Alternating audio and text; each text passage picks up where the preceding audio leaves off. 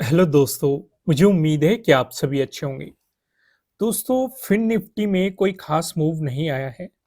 तो सवाल यहाँ पे ये खड़ा हो जाता है कि क्या कल बैंक निफ्टी में मूव आएगा या बैंक निफ्टी की भी हालत फिन निफ्टी जैसी रहेगी।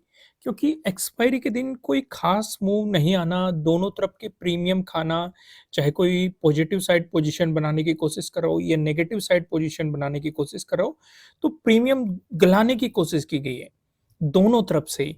अगर आप ध्यान से देखेंगे, एक ही रेंज में मार्केट को रखा गया है और वही सिचुएशन अगर आप देखेंगे, बैंक निफ्टी में भी एक ऐसा लेट हुआ है। मैं अभी लॉजिक में आपको एक्सप्लेन करूंगा। लेकिन अगर निफ्टी 50 की बात करें, तो निफ्टी 50 में आप एक मोमेंटम कह सकते हैं कि इसने अपने ट्रेडिंग डे हाई का ब्रेकआउट देके आपको एक मोमेंटम दिया है। और जो इंपॉर्टेंट रेजिस्टेंस था वो 17 का यहाँ पे डे हाई था। ये डिस्कशन किया गया था और जो चैनल बन रहा था उसी चैनल के अंदर है। निफ्टी 50 का डिस्कशन हम निफ्टी 50 वाली वीडियो में करेंगे। यहाँ पे बैंक निफ्टी पे नजर डाल लेते हैं कि बैंक निफ्टी का पहले लॉजिक एक्सप्लेन करेंगे और ये साइडवेज चीजें आप समझ गए हैं। आज की वीडियो में हम क्या क्या डिस्कशन करने वाले हैं, मैं आपको एक ओवरव्यू बता देता हूँ। पहले अगर डिस्कशन की बात करें, तो यहाँ पे तो हम लॉजिक समझेंगे। यहाँ पे आप देखेंगे मार्केट अभी भी उसी रेंज में है।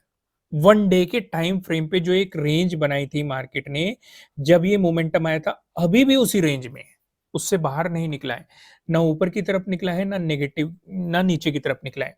तो यानी कि उस सिचुएशन पे खड़ा है जहां से क्लियरली डिसाइड नहीं किया जा सकता कि यहां से मार्केट ऊपर जाएगा या फिर मार्केट यहां से नीचे जाएगा। किसी भी तरीके से डिसीजन नहीं लिया जा सकता जब तक या तो इस रेंज का ब्रेक करेगा, जो मार्केट ने ये स्विंग बनाया है इसे अप्रोच करने की कोशिश करेगा, लेकिन ऊपर रेजिस्टेंस हो जाएंगे 44,000 के, 44,100 के। दो इंपॉर्टेंट रेजिस्टेंस हो जाएंगे हमारे, क्योंकि जिस रेंज से मार्केट बैठा हुआ है, अगर इस रेंज से भी निकलेगा तो एक रेंज और हमने समझी थी, ये वाली रेंज। इस रेंज में भी मार्केट काफी साइडवेज रहा है, तो इसका भी हम ध्यान रखेंगे। चलो तभी इसका डिस्कशन कर लेंगे जब मोमेंटम की सिचुएशन बनेगी। अगली चीज हम यहाँ पे क्या समझने वाले हैं, अगली चीज हम यहाँ पे समझने वाले हैं, आज एक लेवल और मिला है। अगर आप ध्यान से देखेंगे, 17 को ऑब्जर्व करेंगे, पहले ये एक सपोर्ट था, ब्रेकडाउन मिलते ही इसने एक रेजिस्टेंस की तरह एक्ट किया। 20 को ऑब्जर्व करेंगे तो इसने एक इंपॉर्टेंट रेजिस्टेंस के रूप में एक्ट किया। आज देखेंगे, इसका मार्केट ने ब्रेकआउट दिया, फिर इसने एक सपोर्ट की तरह एक्ट किया, फिर से ब्रेकडाउन दिया, फिर इसने एक रेजिस्टेंस की तरह एक्ट किया।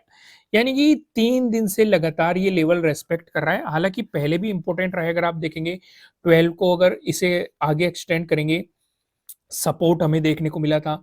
उससे भी आगे इसे आप एक्सटेंड करेंगे तो यहाँ पे आप देखेंगे पहले रेजिस्टेंस देखने को मिला था, फिर सपोर्ट देखने को मिला था। 9th को भी देखेंगे, पहले रेजिस्टेंस, फिर ब्रेकआउट मिलने के बाद यहाँ पे सपोर्ट लेता हुआ दिखाई देता है। उससे पीछे भी जाएंगे, मार्केट इस लेवल की भी रेस्पेक्ट करता हुआ चल रहा है। तो हम इस पे भी नजर रखेंगे क्योंकि क्लोजिंग इसी के आसपास है। इस पे नजर रखने के हमारे दो रीजन है। पहले अगर रीजन की बात करें, तो आज की यानी कि 21st की डे क्लोजिंग इसी जोन में आपको दिखाई दे रही है। दूसरे रीजन की बात करें, जो 20 का डे हाई है, जो कि आज हमारे लिए प्रीवियस डे हाई था, इसलिए यहाँ पे इसने रेजिस्टेंस की तरह एक्ट किया था और आज भी इस लेवल की हमें रेस्पेक्ट होती हुई नजर आई। तो मेन रीजन तो ये है। उससे पहले भी हम देख चुके हैं कि भाई ये लेवल, मतलब जब जब मार्केट जा रहा है, मार्केट इसकी रेस्पेक्ट कर रहा है। भले ही ब्रेकआउट दे रहा है तब भी अपॉर्चुनिटी दे रहा है, भले ही इस पे रेजिस्टेंस की तरह एक्ट कर रहा है तब भी अपॉर्चुनिटी दे रहा है, और कभी कभी मार्केट को साइडवेज भी लेके जा रहा है। क्योंकि ये हमारी हेल्प कैसे करते हैं वो मैं आपको समझा देता हूँ। अब ये कोई लेवल है, ठीक है, जहां पे मार्केट, जो मार्केट को बार बार रोकने की कोशिश कर रहा है और मार्केट इसके पास गया, अगर कुछ देर साइडवेज चलने चला तो समझ लो अपनी पोजीशन से एग्जिट कर लो, ये बताने में मदद करते हैं। या फिर अगर मार्केट यहां से रिजेक्शन ले रहा है तब एग्जिट कर लो, ये बताने में मदद करता है। अगर मार्केट इसमें टाइम स्पेंड करके ब्रेकआउट दे रहा है तो नई पोजीशन के लिए अपॉर्चुनिटी हो सकती है, क्योंकि एक ये सपोर्ट के रूप में एक्ट करने लगेगा। समझ में आया? मतलब बहुत सारे रीजन हो सकते हैं। डिपेंड ये करता है कि मार्केट इस लेवल के पास किस तरीके से मूव कर रहा है। अगर आप 20 को ऑब्जर्व करोगे, बहुत तेजी के साथ मोमेंटम देखने को मिला, फिर बहुत तेजी के साथ यहां से रिजेक्शन भी देखने को मिला, इस तरह के मोमेंटम भी देखने को मिले। 17 को आप ऑब्जर्व करोगे, मार्केट देखो इससे नीचे कितना शार्प गया और कितनी शार्प आपको यहां से रिकवरी भी देखने को मिली। तो इस लेवल को भी हम समझने वाले हैं और इस सपोर्ट लेवल का तो हमें पहले से ही पता था। इसका डिस्कशन हम तभी करेंगे जब यहाँ पे हम कल के लिए प्रिपरेशन करेंगे कि भाई किस तरीके से डिस्कशन करना है। फिलहाल हम लॉजिक पे आते हैं, लॉजिक को समझने की कोशिश करते हैं। दोस्तों, वीडियो में हमने थोड़ी-सी बड़ी-बड़ी करनी शुरू कर दी है क्योंकि काफ़ी चीज़ें एक्सप्लेन करने लायक होती हैं। उम्मीद है आपको इससे कुछ प्रॉब्लम नहीं होगी। अगर पसंद आ रहा है, लाइक रेशो बढ़ाइए अपना, उससे हमें पता लग जाएगा कि आपको कंटेंट पसंद आ रहा है, चीज़ें जो भी एक्सप्लेन की जा रही है वो आपको पसंद आ रही है। आप लाइक ज़रूर कीजिएगा। अब यहाँ पे मार्केट में क्या सिनेरियो बना, मार्केट में चलो हमें एक गैप अप ओपनिंग देखने को मिल रही है। पहली चीज़ हमने ऑब्जर्व कर ली। दूसरी चीज़ ऑब्जर्व करने लायक क्या है? जो यहाँ पे हमारे लिए इम्पोर्टेंट क्या था? हमारे लिए ये वाला ज़ोन इम्पोर्टेंट था। क्यों इम्पोर्टेंट था? क्योंकि ये प्रीवियस डे हाई है। दूसरा ज़ोन कौन-सा इम्पोर्टेंट था? ये क्या है? प्रीवियस डे क्लोजिंग है। तीसरा ज़ोन कौन-सा इम्पोर्टेंट था? ये वाला सपोर्ट ज़ोन जो हमने ऑलरेडी पहले से ही ड्रॉ करके रखा था। चौथा इंपॉर्टेंट पॉइंट क्या था? आपके लिए ये वाला ज़ोन इम्पोर्टेंट था। ये क्या था? प्रीवियस डे लो। इतनी चीज़ें हमें पहले से पता थी। मार्केट में जो गैप अप ओपनिंग देखने को मिल रही है, ये प्रीवियस डे हाई से आपको ऊपर देखने को मिली है और फिर कहीं न कहीं मार्केट यहाँ पे सपोर्ट ले रहा है। अब समझो खेल क्या था? भई मार्केट ने यहाँ पे टाइम भी स्पेंड कर दिया, हमें ट्रेडिंग डे हाई दे दिया और ट्रेडिंग डे लो दे दिया। पे अगर मार्केट यहाँ पे टाइम स्पेंड कर रहा था, इसका ब्रेकआउट दे देता ट्रेडिंग डे हाई का, तो हम पॉजिटिव साइड अपॉर्चुनिटीज के बारे में सोचते। मार्केट ने दिया क्या? मार्केट ने यहाँ पे प्रीवियस डे हाई का भी ब्रेकडाउन दे दिया, साथ के साथ ट्रेडिंग डे लो का भी ब्रेकडाउन दे दिया। तो इसका मतलब दो सेटअप बना दिए मार्केट ने और आपको साथ में फॉलोअर कैंडल भी दे दी और फिर अचानक से रिवर्सल दिखा दिया। तो यहाँ पे मार्केट ने आपका एक एसेलेट किया है आज। समझ में आया? देखो लॉजिक प्रॉपर था, सही था कि मार्केट ने प्रीवियस डे हाई का भी ब्रेकडाउन दिया है, ट्रेडिंग डे लो का भी ब्रेकडाउन दिया है, लेकिन मार्केट ने एक रिवर्सल दिखा दिया और आपका एसेलेट कर दिया। फिर अपॉर्चुनिटी कहां बनी?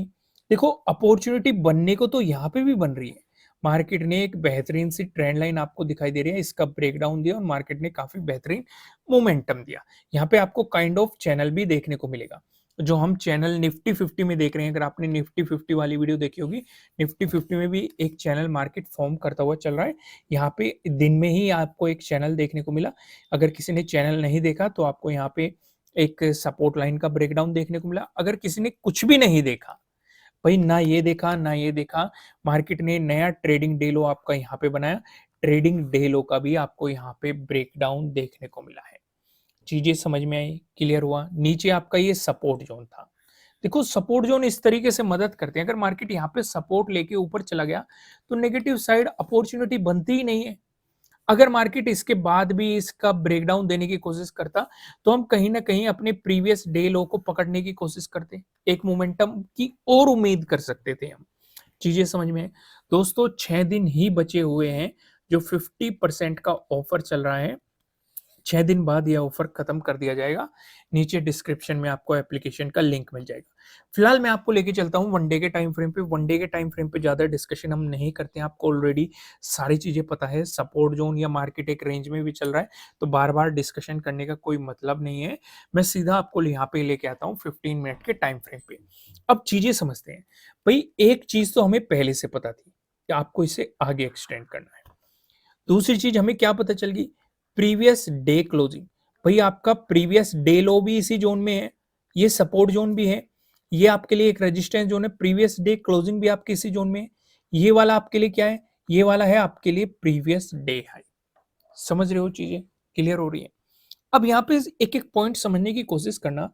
अगर मार्केट फ्लैट ओपन होके आपको पॉजिटिव मोमेंटम दिखाता है, खुद से सवाल पूछो, क्या हमें पॉजिटिव साइड बड़ा टारगेट लेके चलना चाहिए कि नहीं? भाई मैं तो आपको ये सजेस्ट करूंगा, पॉजिटिव साइड अभी बड़ा टारगेट लेके चलना समझदारी नहीं है। दूसरा सवाल, क्या हमें नेगेटिव साइड बड़ा टारगेट लेके चलना चाहिए? नेगेटिव साइड भी बड़ा टारगेट लेके चलना समझदारी नहीं है। तो दोनों तरफ नहीं का जवाब आ रहा है, तो करना क्या है, रीजन क्या है, रीजन भी समझ लेते हैं। भाई इसके जस्ट ऊपर प्रीवियस डे हाई हो गया, इसके जस्ट ऊपर एक और रेजिस्टेंस हमें दिखाई दे रहा है। इसके जस्ट ऊपर मार्केट कहीं न कहीं गैप फिलिंग के लिए जा सकता है, लेकिन यहाँ पे एक इंपॉर्टेंट रेजिस्टेंस है जिसका बहुत पहले से डिस्कशन होता हुआ आ रहा है, 44,000 का और 44,100 का। तो लगभग-लगभग आप देखेंगे 100-100 पॉइंट के अंतराल पे ही आपको रेजिस्टेंस दिखाई दे रहे हैं। या तो तरीका क्या हो सकता है? तरीका ये हो सकता है कि भई अगर नज़दीकी रेजिस्टेंस ये है, प्रीवियस डे हाई है और आप पोजीशन में बैठे हो, मार्केट प्रीवियस डे क्लोजिंग से ऊपर चल रहा है फ्लैट ओपन होके और इस वाले सपोर्ट ज़ोन से भी मार्केट ऊपर निकल गया और मार्केट यहां पे गया, इसका भी ब्रेकआउट दे दिया। भाई पहला टारगेट तो यही बनेगा। अगर नजदीकी सिंपल देखे, जब लॉन्ग पोजीशन लेके नहीं चलनी है, हर 100-100 पॉइंट पे आपको यहाँ पे रेजिस्टेंस दिखाई दे रहे हैं जो मार्केट को साइडवेज कर सकते हैं। तो उस सिचुएशन में बेहतर क्या है? उस सिचुएशन में बेहतर ये है कि अगर मार्केट सीधे ही इस रेजिस्टेंस को निकाल रहा है तो आप अपना एसएल उठा के इसके नीचे रख सकते हैं। अगर अगले रेजिस्टेंस पे टाइम स्पेंड कर रहा है तो अपनी प्रॉफिट बुकिंग करो, या अगले रेजिस्टेंस को भी निकाल रहा है तो यहां से अपना एसएल उठा के यहां पे पुट करो। तो इस तरीके से तो आप मोमेंटम को पकड़ने की कोशिश कर सकते हैं, लेकिन आपको बड़े टारगेट अभी लेके नहीं चलने चाहिए। पहली चीज समझ में आई। जब भी ऐसी सिचुएशन होती है, ऐसी सिचुएशन पे आपको फुल क्वांटिटी में भी काम नहीं करना चाहिए। ना तो पॉजिटिव साइड करना है, ना ही नेगेटिव साइड करना है। नेगेटिव साइड में ऐसा क्यों कह रहा हूँ? नेगेटिव साइड में ऐसा इसलिए कह रहा हूँ क्योंकि नेगेटिव साइड नीचे भी आपके लिए इंपॉर्टेंट सपोर्ट है। एक तो आपके लिए यहाँ पे प्रीवियस डे लो हो गया, ऊपर से हम इसका डिस्कशन पहले से करते हुए आ रहे हैं, ये सपोर्ट जोन है, उसके जस्ट नीचे ही 43,500 का एक इंपॉर्टेंट लेवल है। यानी कि जो ये रेंज है मार्केट की, ये वाली जो आपको रेंज दिखाई दे रही है, इसमें आपको ना तो बड़े टारगेट लेके चलने चाहिए, ना ही फुल क्वांटिटी में काम करना चाहिए। क्योंकि ये मार्केट को कब तक साइडवेज लेके जाए या कहां से आपको मार्केट में फ्लक्चुएशन देखने को मिल जाए, कुछ भी कहा नहीं जा सकता। क्योंकि ऐसी सिचुएशन हम पहले भी फेस कर चुके हैं। यहीं पे देख लो कितने बड़े-बड़े कैंडल्स आपको देखने को मिल रहे हैं, जो आपको ट्रैप करने के लिए काफ़ी है।